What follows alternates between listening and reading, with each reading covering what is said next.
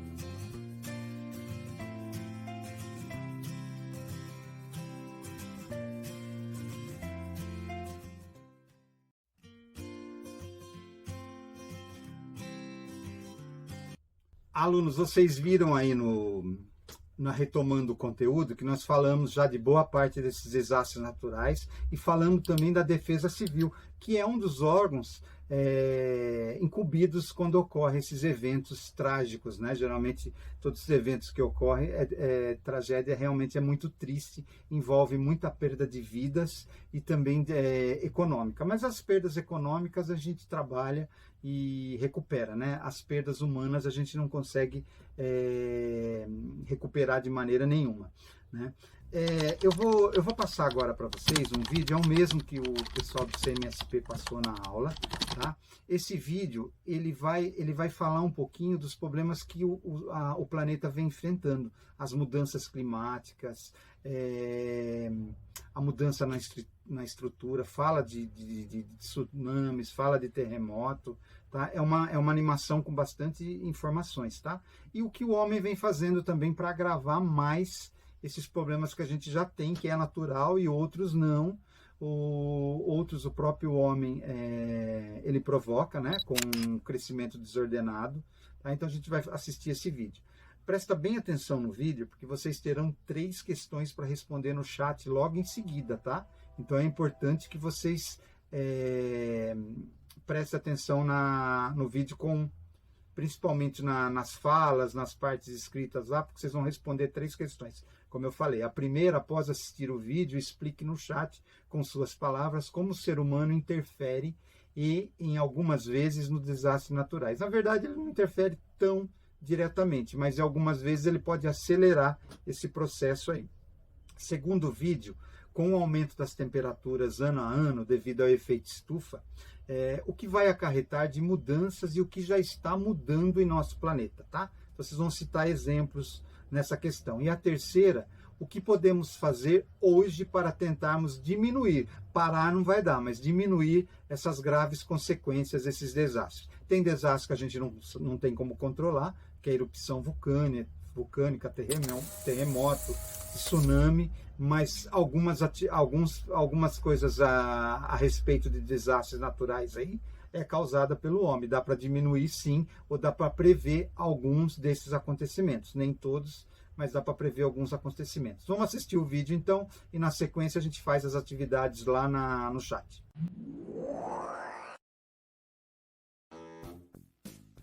Todos os dias a gente escuta uma dessas expressões, não é mesmo? No jornal, na televisão, na escola. Mas o que elas significam na verdade? Será que eu, você temos alguma coisa a ver com isso? Será que o nosso modo de viver está fazendo bem para o planeta? Por que devemos nos preocupar com tudo isso? Qual é o futuro que queremos? A Terra está aquecendo e um dos principais motivos é o aumento do efeito estufa causado pela ação do homem. O efeito estufa é um fenômeno natural. Gases como o vapor d'água e o gás carbônico seguram os raios solares perto da Terra, fazendo com que a temperatura seja favorável à vida no planeta. Mas quando a concentração desses gases aumenta, o efeito estufa fica mais intenso e aí fica mais difícil o calor ir para o espaço. Esse calor que não consegue ir embora faz a temperatura média da Terra aumentar, causando as mudanças climáticas. Um dos principais motivos do aumento do efeito estufa é a emissão de gás carbônico pelos veículos, pelas indústrias e pelas queimadas. No Brasil, os cientistas estão prevendo um aumento de até 6 graus Celsius no século XXI, em relação às temperaturas médias no período pré-revolução industrial na segunda metade do século XIX. Esse aumento, que poderá variar conforme a região do país, vai provocar alterações no nível dos rios, na frequência e intensidade das chuvas e nos períodos de seca. Isso vai interferir na agricultura, na saúde, na economia, na geração de energia, na diversidade de espécies animais e vegetais, enfim, vai interferir muito na nossa vida. Nossa, será que dá para fazer alguma coisa? Toda vez que se fala em preservar o planeta, a gente ouve que é preciso mudar os hábitos de consumo, economizar água e energia, evitar comprar coisas que você não precisa, usar mais transporte público para poluir menos. Mas não é só a gente que precisa mudar. A indústria, a agricultura, o comércio também tem que fazer a parte deles. Ou seja, precisamos ter uma economia mais verde. Economia verde significa usar os recursos naturais de maneira responsável, agredindo minimamente o meio ambiente. Precisamos ter fontes de energia renováveis e que não poluam, como a energia eólica, a energia solar, a maré motriz e a biodigestora. Essa energia limpa vai alimentar as indústrias e as nossas casas, mas ainda assim é preciso diminuir o consumo. Tanto as máquinas das indústrias quanto os nossos eletrodomésticos precisam ser fabricados com novas tecnologias que permitam um baixo consumo de energia e menor emissão possível de gases de efeito estufa. O uso da água também deve ser responsável. Você sabia que só 0,3% de toda a água do planeta está disponível para o nosso consumo nos rios e lagos? Essa água tem que abastecer os 7 bilhões de habitantes da Terra, e por isso é preciso economizar. O modo como vivemos hoje tem contribuído bastante para o aquecimento global e os efeitos já são visíveis. As temperaturas médias anuais estão em constante elevação e a frequência e intensidade de fenômenos como chuvas e secas têm aumentado, provocando desastres naturais. Os países mais pobres são aqueles que mais sofrerão com as mudanças climáticas, pois têm menos qualidade de vida e menos recursos para se adaptar e diminuir os impactos dessas mudanças. Por isso, é fundamental reduzir a pobreza. Em 2000, a ONU estabeleceu as 8 maneiras de mudar o mundo que deveriam ser atingidas até 2015.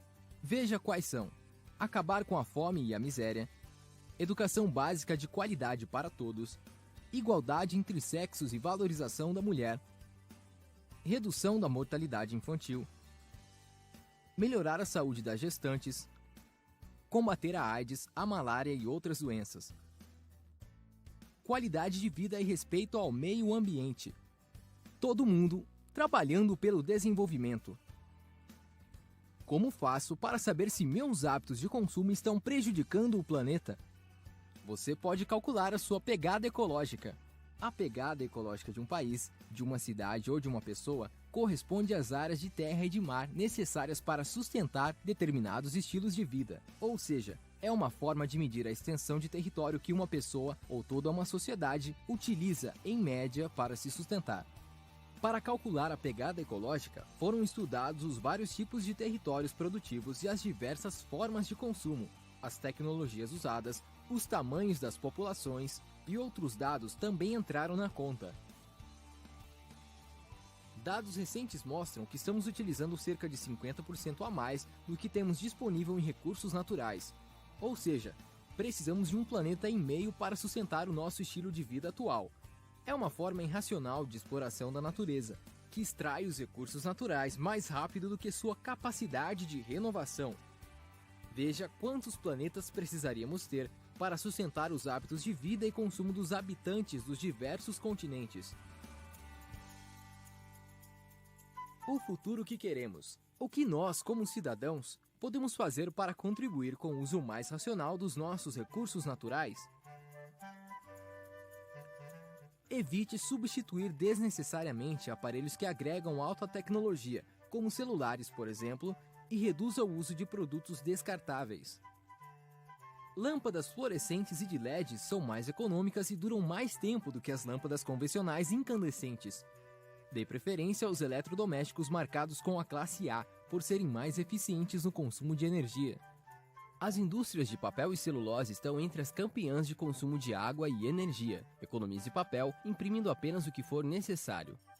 Cobre da sua prefeitura um sistema de coleta seletiva do lixo e uma usina de reciclagem. Os banhos devem durar 10 minutos no máximo, assim você economiza água e energia. Seja um consumidor responsável. Procure saber se as empresas que produzem os produtos que você usa têm uma atitude responsável em relação ao meio ambiente. Veja se elas reutilizam a água, se investem em inovação tecnológica para reduzir o consumo de energia e em produtos biodegradáveis. Cobre dos políticos e das empresas da sua cidade, do seu estado e do seu país tudo o que for necessário para a conservação da biodiversidade, dos recursos hídricos, dos solos, para que a gente consiga alcançar a grande meta do desenvolvimento sustentável. Utilize transportes públicos ou organize sistemas de carona. Para curtas distâncias, utilize a bicicleta ou vá caminhando. É melhor para a sua saúde e para o meio ambiente. Para saber mais sobre o futuro que queremos, acesse redeclima.ccst.imp.br.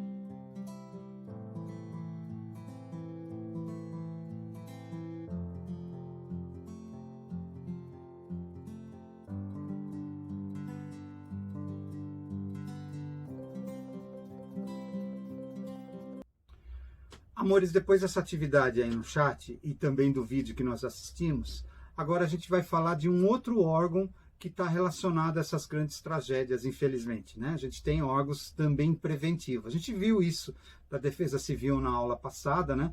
E ela também atua da forma preventiva, mas ela praticamente ela está na linha de frente quando acontecem essas tragédias aí. Nós temos um outro órgão, eu vou colocar para vocês, e a gente vai acompanhando junto.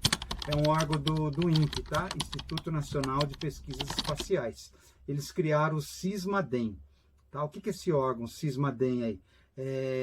Ele atua na prevenção de grandes tragédias. Tá? Então eu coloquei a sigla, anotei direitinho para vocês entenderem, ó, o Sistema de Monitoramento e Alerta de Desastres Naturais. Tá? Ele monitora simultaneamente e antecipa o alerta de desastres naturais. Então, é um sistema de software, né, muito potente, utiliza-se o recurso do satélite, né, e é um de geoprocessamento. Ele identifica situações de perigo por meio de cruzamento de dados meteorológicos com informações dos mapas de riscos. Então, isso facilita demais o produtor do campo, os municípios que estão em área de risco, tá? Ao prever com antecedência os desastres naturais, o CISMADEM permite a redução dos impactos causados por eventos como tufões, enchentes, deslizamentos, secas e consequentes queimadas também. O caso das queimadas do Pantanal também é identificado também pelo CISMADEM. Tá? Essa função de prever ou antecipar esses eventos ou amenizar, né, as perdas também. Nós temos um outro órgão, aí esse órgão aí, ele já é relacionado à ONU, tá? Chama UNDRR, tá? É criado lá entre os escritórios das Nações Unidas para redução de riscos de desastres, tá? Esse órgão, ele pode atuar nos países quando é solicitado. Então, os países, principalmente em desenvolvimento, os países mais pobres, foi o caso do Haiti com o terremoto, né? E ele foi definido por uma série de resoluções da Assembleia Geral das Nações Unidas. Os países se reuniram para criar esse órgão. De uma forma resumida, pessoal, eu coloquei para vocês, tá? Servir como ponto focal dos sistemas das Nações Unidas para coordenar atividades de redução de risco de desastres, tá? E assegurar sinergia entre as atividades desse risco, né, de reduzir, tá? Juntamente com outras organizações, tá? Locais do país, é lógico, ela não pode atuar só ela, né, no país, nos campos socioeconômico e humanitário. É uma resolução 56/195 da Assembleia Geral da ONU, tá? Então, a ONU ela atua nesses países em conjunto com a Defesa Civil local e também as Forças Armadas, né? No caso do Haiti, nem tinha tanto... o desastre foi tão grande, a perda de vidas e econômica foi tão grande que precisou de outras forças armadas, inclusive do Brasil, atuar lá. Aí tem uma imagem que foi posta no CMSP também, um grande tremor, né? Temor é bom, né? Tremor que destruiu São Francisco nos Estados Unidos em 1906. Causou mais de 200 mil vítimas, não todas mortas, mas vítimas que estavam diretamente ligadas a esse abalo. Foi um dos piores abalos de terra que ocorreu no mundo. Né? E nós vamos ver um vídeo justamente do Haiti que fala sobre o terremoto que ocorreu lá, um vídeo 5 anos após, como que o país está enfrentando os problemas que ocorrem na região. Né? Então a gente vai assistir esse vídeo aí e vamos ver como está a situação 5 anos após o grande abalo sísmico que ocorreu na ilha lá.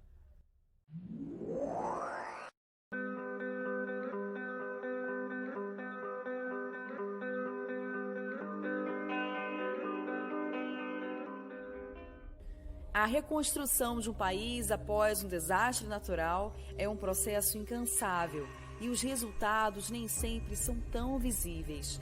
5 anos depois do terremoto que abalou o Haiti, civis, militares e a ajuda internacional se esforçam para reerguer a nação mais pobre do continente americano. Esse grande evento ele teve um fator primordial dentro da população haitiana.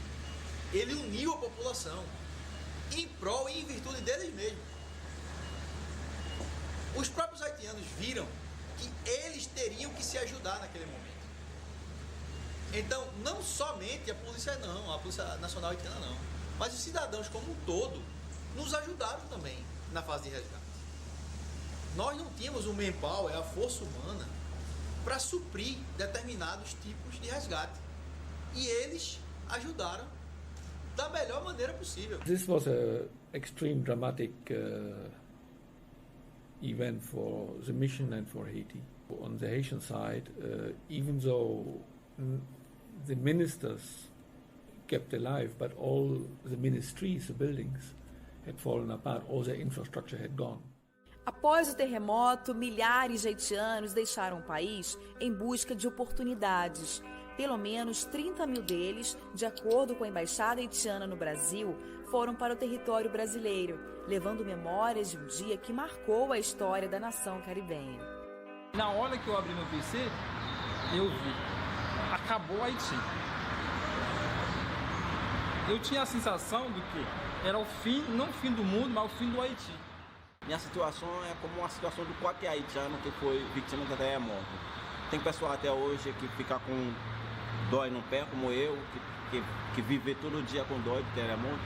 Mas tem pessoa que até hoje não conseguiu entrar numa casa, ficar na rua. Criada em 2004 para trazer estabilidade ao país, a missão da ONU de estabilização no Haiti conta com liderança brasileira, que colabora com 1.200 soldados, o maior contingente da missão. Desde a tragédia de 12 de janeiro de 2010, o mandato do braço militar da missão passou por muitas transformações. Naquela época da implantação da missão, a postura do componente militar era de uma forma um pouco mais enfática, mais rigorosa e agressiva, garantir a segurança, ou restabelecer a segurança aqui no Haiti.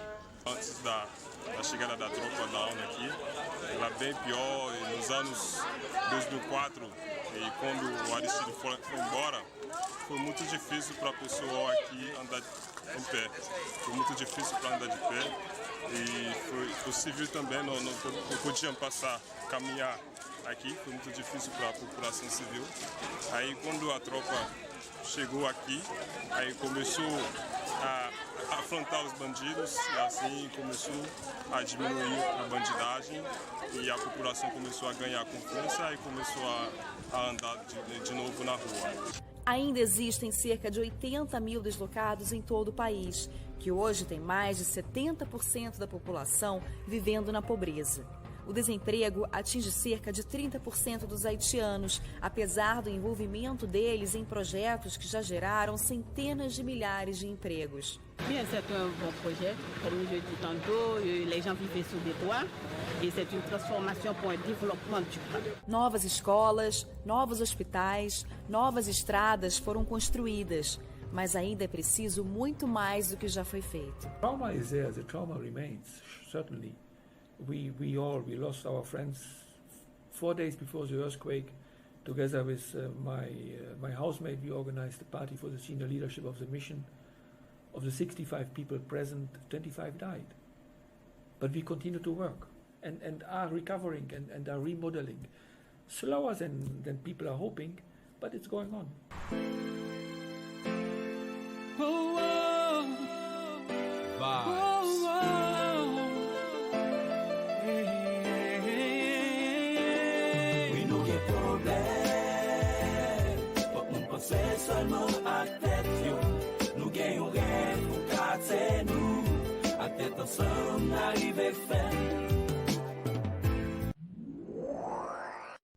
Alunos, após o vídeo aí do Haiti, vocês viram que ele está sendo reconstruído, a ONU continua participando. Esse vídeo é um pouco antigo, né? Lógico, né? Mas o país, por ser um país muito pobre, ele enfrenta esses problemas até hoje, né? Mas o país ele vem se reconstruindo, ainda de forma lenta, né? E tentando voltar à vida normal, né? Então, o número de desemprego explodiu, não tinha muito o que fazer, por isso que nós temos muitos haitianos aqui. O Brasil resolveu dar esse asilo político, né? Para muitos habitantes do Haiti, né? Agora, gente, nós vamos fazer um chat, e esse chat está relacionado a terremotos. Então, já é temas que nós vimos em aulas anteriores, então isso vai ajudar também a vocês. Eu vou dar uma lida antes, depois eu solto a atividade para vocês fazerem aí, tá? Fiquem tranquilos que essa daí é para vocês assinalarem, tá? Vocês só vão informar a alternativa que vocês acham, tá? A primeira é: os terremotos de grande magnitude e intensidade ocorrem principalmente em locais onde há o encontro de diferentes placas tectônicas.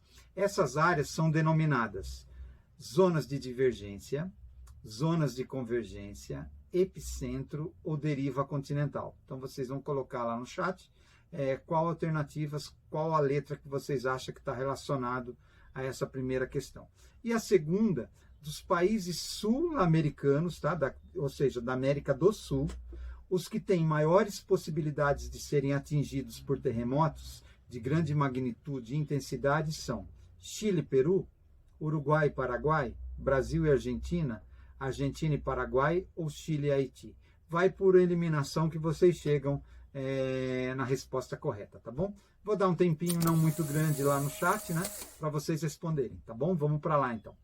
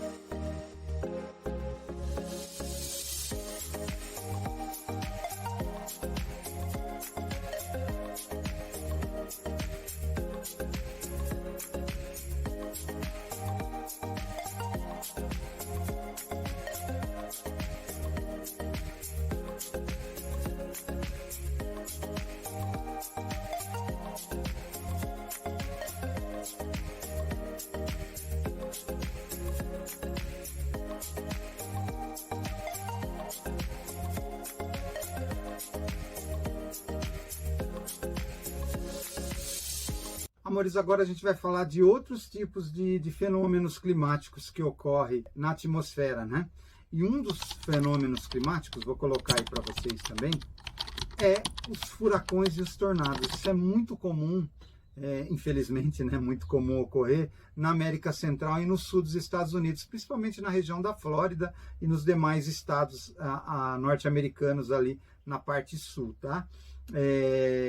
As estações de furacões no Atlântico, esse ano, eles tiveram 60% de probabilidade de ocorrer acima do normal, tá? Não chegou, tá? Esse texto aí fala, ele não chegou a 60%, mas chegou próximo, né?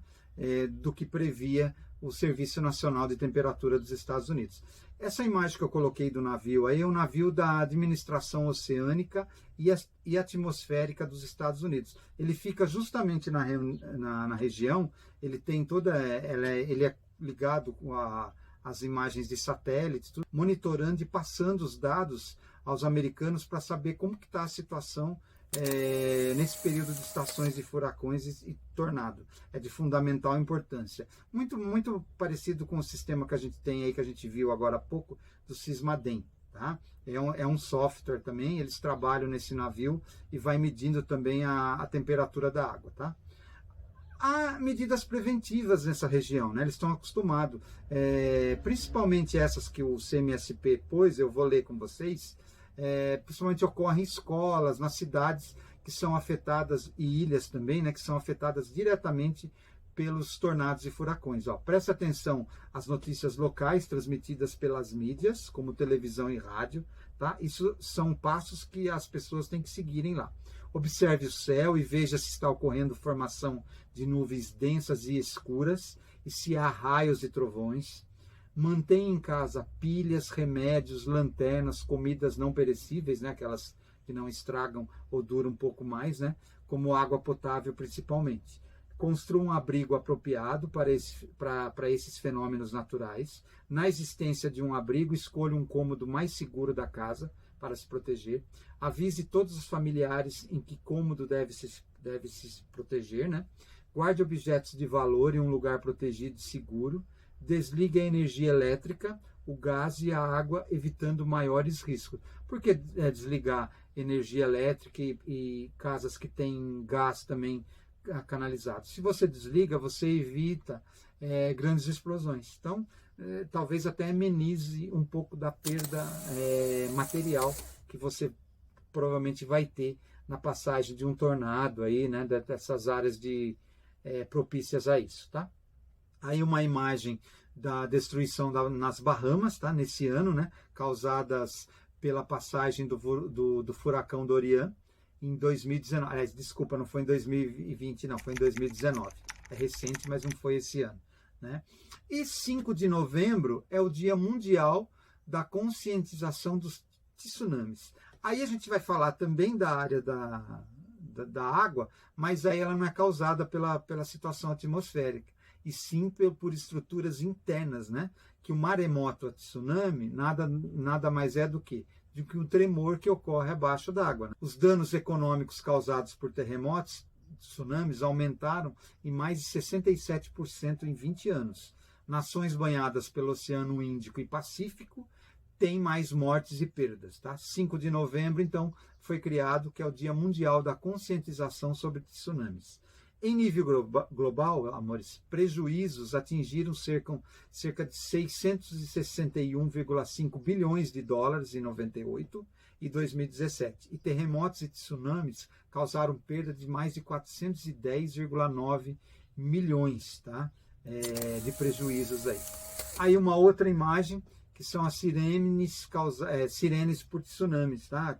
Lá no Timor-Leste e em outros lugares também tem esse sirene. Essa sirene, ela não só é necessária, ou ela só não funciona apenas para tsunamis. Eles ocorrem por terremoto, ocorrem por chuvas fortes, elas ocorrem também por deslizamento, aqui mesmo em Minas Gerais, na região das cidades que estão próximas às barragens, elas têm também esse tipo de sirene. E agora nós vamos ver um vídeo do tsunami da Indonésia em 2014, tá? Que foi o local do hipocentro lá, um pouquinho próximo, que ocorreu a 32 quilômetros de profundidade. Você fala, nossa, é bastante em 32 quilômetros, mas se você contar que a Terra tem mais de 6.000 quilômetros de profundidade aí, então 32 quilômetros não é nada, né? E foi muito próximo da ilha de Jakarta, né, da Indonésia, onde ocorreu o hipocentro. Vamos assistir então, é um videozinho curto que fala desse terremoto que abalou não só a região da Indonésia, como toda aquela área do Pacífico e parte do Índico também.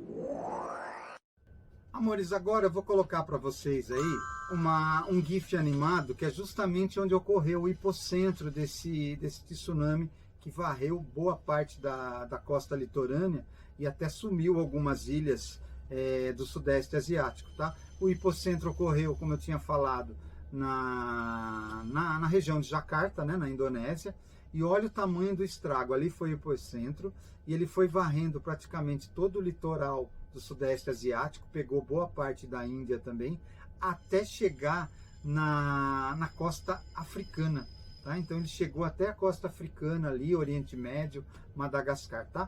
E nós vamos agora ver na sequência a nossa última atividade no chat, tá? Tem uma imagem aí que fala sobre, é uma gravura, né, da série Fuji, elaboradas entre 1823 e 29, que mostra um tsunami. E a pergunta é sobre ela mesmo, tá? Assinale a alternativa verdadeira sobre a formação de um tsunami semelhante ao que atingiu o Sudeste Asiático no final de 2004. A. Origem do fenômeno está associada a eventos de ordem tectônica. A formação de tsunami está necessariamente associado ao fundo coralígeno do Oceano Índico. C. O efeito do aquecimento global é o principal responsável pela ocorrência acima do normal desse tipo de tsunami nos últimos anos. E o derretimento das geleiras na região do Oceano Índico é responsável pelo fenômeno indicado na gravura. Vocês vão colocar a correta, tá? Não a incorreta. Beleza? Eu vou dar um tempinho lá para vocês fazerem, então.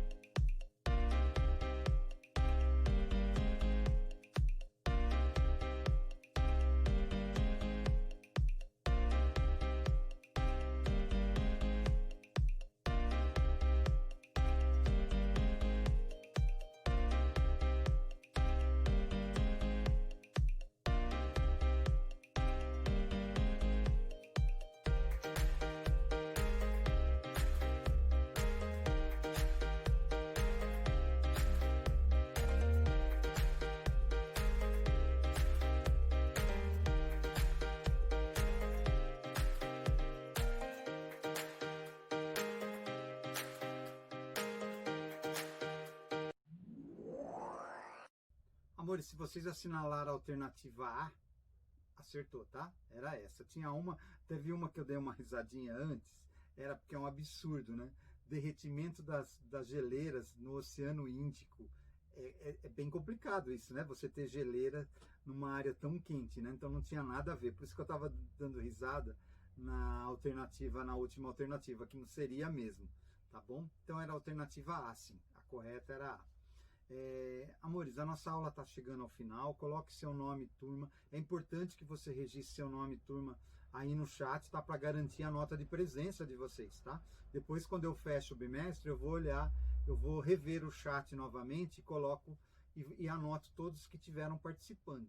Então é importante que vocês coloquem o nome no início e coloquem no fim. Eu falo sempre, mas nunca é demais lembrar, né? Sempre bom lembrar vocês para fazer esse registro aí. As atividades, amores, elas vão estar disponíveis lá no Google Classroom de vocês. Fiquem tranquilos, tá? Nessa aula vai ter atividade. Vocês vão poder estar fazendo as atividades lá com o texto complementar via Google Formulários, como sempre. Tá ok? Bom, a gente fica por aqui. Quem quiser rever a aula novamente, pode rever, tá? Se perdeu alguma coisa também. Você que está assistindo a aula à noite e não consegue assistir a aula à tarde, não esquece de assistir toda a aula e fazer sua participação no chat também, nos comentários do vídeo aí embaixo. Tá ok? Um beijo no coração de todos e até semana que vem. Tchau.